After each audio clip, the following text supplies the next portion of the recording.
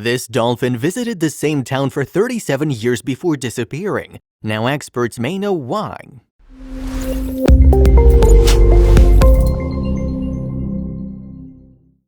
The people of Dingle are distraught. It's been 2 weeks now and an old friend is still missing from the small Irish town. On October 13, 2020, the individual named Fungi was spotted for what would prove to be the last time.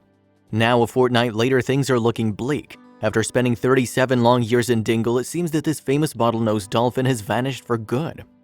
The Dingle residents' reaction to Fungi's disappearance shows just how fond they were of this beautiful dolphin. All this time after he was last spotted, and people are still sailing out to sea in search of him. And along the shoreline, people are scanning the horizon with the help of binoculars, but there's just no sign of him. Kevin Flannery operates the Dingle Ocean World Aquarium, so he's more than familiar with Fungi's presence in the village's waters. But the marine biologist was clearly worried when he spoke to the New York Times. Flannery explained that Fungi had disappeared in the past, but never for more than a couple of days. The scientist added, "He was very reliable. This doesn't look good." Dingle is located in County Kerry, which is itself situated in the southwest of Ireland. Before Fungi, Kerry at large was a big tourist spot, but Dingle specifically was often overlooked. But the village was transformed when a dolphin started showing up in the harbor. People flocked there to catch a glimpse of him, and a whole tourism industry was born as a result. But the loss of Fungi isn't just about falling tourism revenues. Caroline Boland from the Dingy Peninsula Tourism Alliance told the New York Times, "What's happening here is a bereavement. People are devastated to think he might be gone. It's like a member of the family dying. He brought magic and he inspired us, this beautiful wild creature who lived at the mouth of the harbor." It's no surprise that people in Dingle have grown so attached to Fungi. After all, the fact that he stuck around for as long as he did is truly unique. There have been other instances of singular dolphins deciding to make their given area a home, but rarely for this long. In fact, bottlenose dolphins are generally believed to live for less than 20 years, but Fungi was thought to be older than 40 at the time of writing, according to the newspaper. But who was the lucky soul to first spot him? Well, local lighthouse keeper Paddy Ferreter was reportedly the first person to lay eyes on the mammal all the way back in 1983. According to the New York Times, Fungi took a liking to the area and regularly swam alongside ships coming in and out of port. He was soon recognized as a lasting citizen of Dingle, and his presence began drawing visitors to the village. The fact that Fungi kept returning to the harbor in those early days, however, was something of a surprise. Initially, it seems there was a general agreement in the area that he'd soon disappear again. Though as the days, weeks, and eventually years passed by, the dolphin stuck around. Locals believe the bottlenose dolphin had reached adulthood by the time he showed up in Dingle. He measured somewhere close to 13 feet in length and weighed around 500 pounds, according to the Dingle Boat Tours website. And not only are the species beautiful to look at and popular with aquariums, they're also known to be very intelligent. Fungi was known to frequent a particular part of the Dingle coast, an area between the center of the village's harbor and its lighthouse.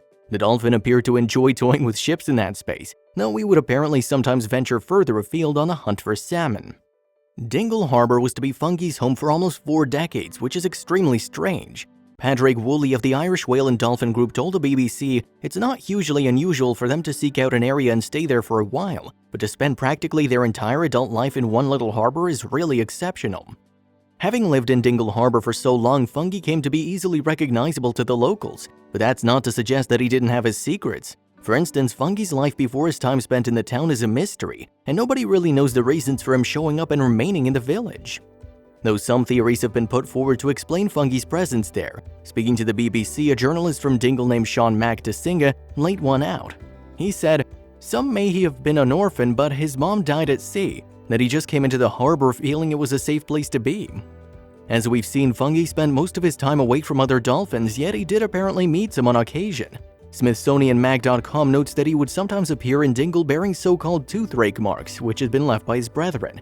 This might sound dramatic, but it's apparently a sign of amicable encounters. Yet Fungi's interactions with humans changed somewhat over the years. At first, he was quite comfortable swimming with people, but as time passed and new swimmers came to replace the older ones, the publication says that he became a little more apprehensive. Still, he did surface when bodyboarders were in the water, and he played around with kayakers too. Generally though, Fungi seemed to like swimming in the vicinity of tourist boats most of all. In particular, he enjoyed jumping in the waves created by the vessels, and as the mammal drifted into old age, he tended to opt for this rather than buddying up with individual swimmers. Luckily for the dolphin, there were plenty of tourist boats in action for him to swim and play around. During the summertime, thousands of people would descend upon Dingle in the hope of seeing Fungi. This gave the creature a chance to show off in front of the excited visitors. The Dingle Peninsula Tourism Alliance's Carolyn Boland spoke to the New York Times about how the dolphin had impacted her village. She remarked, "When fungi came 37 years ago, it was a real backwater. There was nothing here but fishing and farming, and they were both in decline." Discussing the boost to the local economy caused by fungi, Boland went on, "Back then, all the businesses would close from Halloween to Easter, but then artists and creative people started coming here to settle. National Geographic did a piece on him. Chefs came and opened good restaurants. The sustainable jobs came after him." Fungi had become an Irish celebrity, and with fame of course comes Rumours. At one stage, a Dublin newspaper reported that another seaside village in the region was trying to coerce Fungi to leave Dingle and come to their area by offering him fish. Whether this is true or not, however, it apparently never would have worked. Apparently, Dingle residents claimed the dolphin only ate sea life that he caught himself. Another legend posited that fungi had actually been replaced by a number of different dolphins, according to the New York Times. This, the theory went, accounted for his unusually old age. The conspiracy supposedly involved locals who wanted to capitalize on the tourist money he brought to the area. Of course, there's nothing to suggest this is true. But it's easy to see how such a rumor could have developed, given how fruitful fungi was to the Dingle economy. Some tour boats that would take customers to see the dolphin cost as much as $18, the newspaper notes. And besides that, stores in the village made money selling dolphin-related merchandise like toys and t-shirts.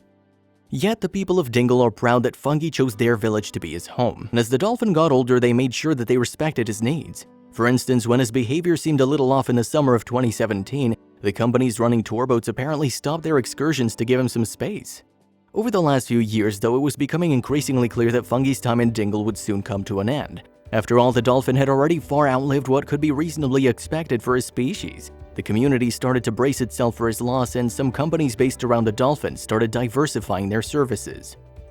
Sadly, the dreaded day finally came in the autumn of 2020. On October 13th, fungi was sighted for what would prove to be the final time. When he didn't resurface the following day, locals knew something was up. He tended to return to the harbor every day, so this was something noteworthy. From there, with every day that passed without a sighting, the less likely it became that he'd ever return. The Dingle community nonetheless initiated a search for the dolphin, and boats started setting sail to look for him. On land, meanwhile, people scanned the horizon with binoculars. This went on for at least a fortnight following Fungi's disappearance, but all efforts were in vain. Fungi was apparently gone. But that begged the question, what had happened to Fungi the dolphin?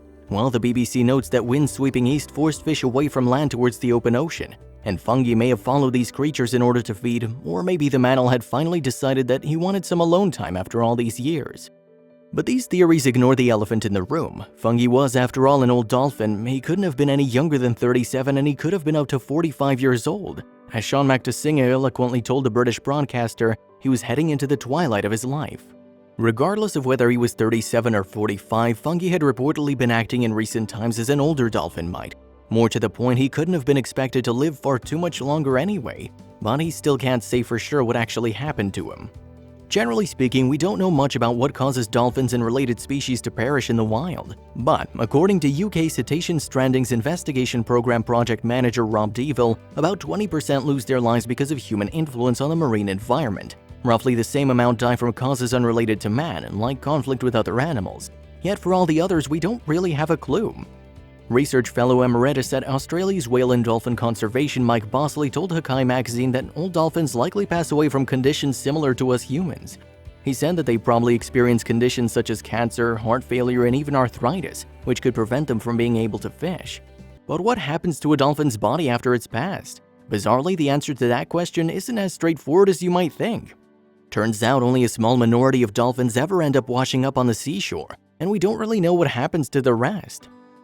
Speaking to Lonely Planet, Patrick Woolley explained that when bottlenose dolphins die, they tend not to wash up. There's a population of nearly 200 bottlenose dolphins in the Shannon Estuary near Dingle, with about a 96% survival rate year on year. That means 4% die each year. Yet in almost 30 years studying them, only a tiny number of about 3 have actually washed up.